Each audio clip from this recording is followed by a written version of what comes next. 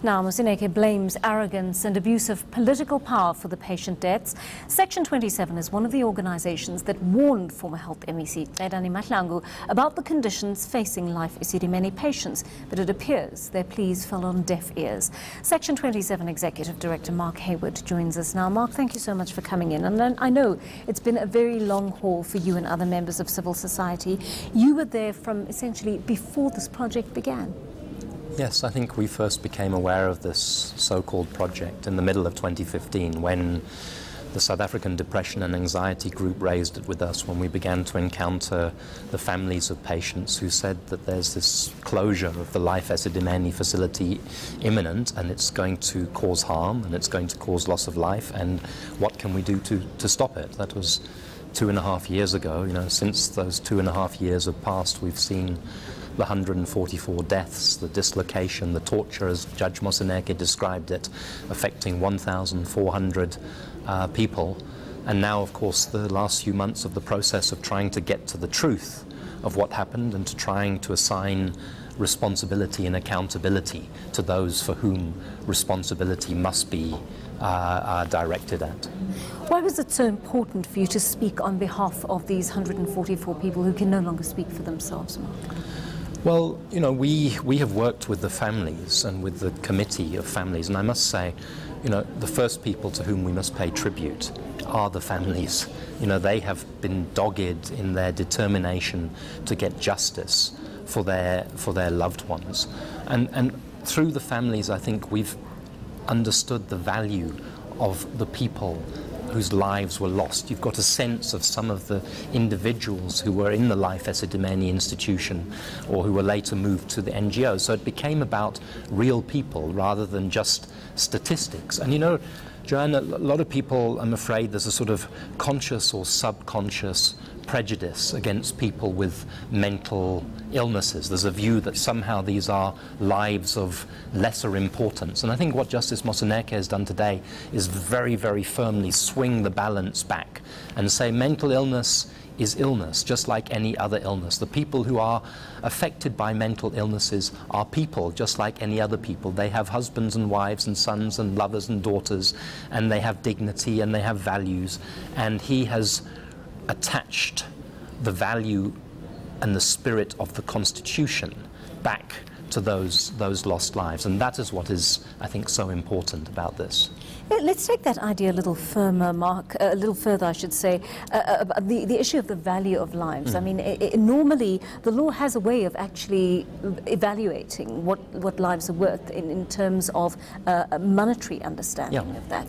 How did he defy the understanding? Well, I think that's one of the shifts that's going on, and it's a shift that should take place in the context of our Constitution and in the context of notions like Ubuntu and, you know, the equal value of each life. Traditionally in law, and I'm not a lawyer, you'll get better lawyers to explain this properly, but, you know, little monetary value is attached to lives of, for example, young children who die in these type of circumstances, or to people who have mental illnesses, because the value that is attached is an economic value by law. Justice Moseneke has gone in a very different direction.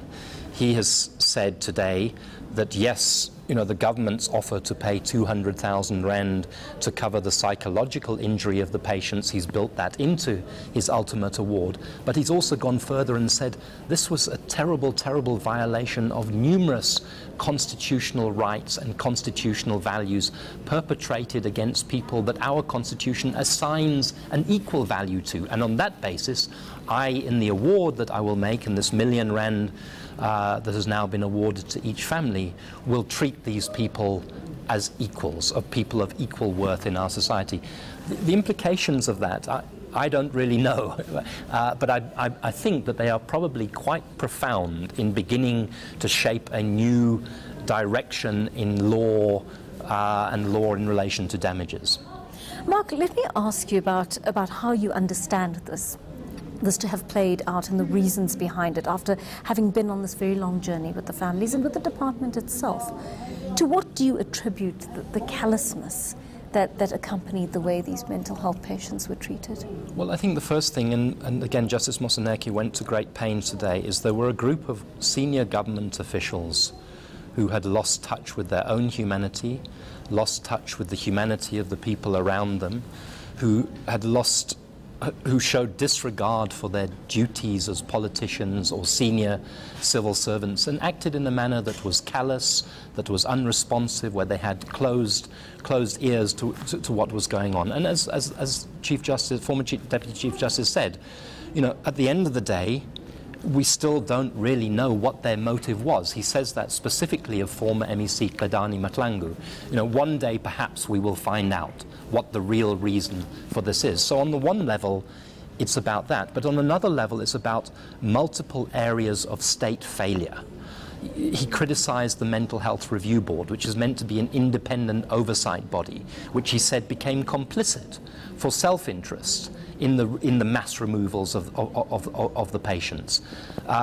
He pointed out to the failure of different layers of government, of the national government, of the provincial government. So this is a salutary lesson, not just as regards access to mental health care services. It's a salutary lesson as regards human rights that are part of our constitution in all areas of life. So, for example, you know, you've covered in the last few days the stories of children dying in toilets in Limpopo and now in the Eastern Cape. It's not dissimilar from the Life Esidimeni situation in the sense that Section 27 and equal education have been warning and warning and warning and pleading and pleading and pleading, please rectify, this is dangerous, this is a violation of rights. But these MECs and these officials sit and feel secure and that they have a certain high degree of impunity and their ears are closed.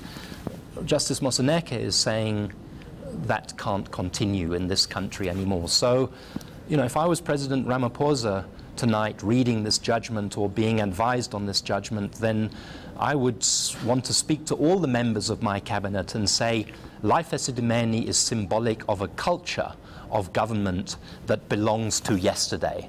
From tomorrow morning, we insist on a very, very different culture in the way we provide public services in this country. Mark, just one last question for you about this monument that government has a year to erect. How important is this process of memorialization? It's very important. You know, the way to learn from tragedies and disasters of the past is not to bury them, to deny them or forget them, but is to find ways to keep them alive. So Justice Moseneke, part of the award is that this monument must be built. It must be built, he says, in a prominent place. And I know from talking to the families that the families don't want a statue, something static.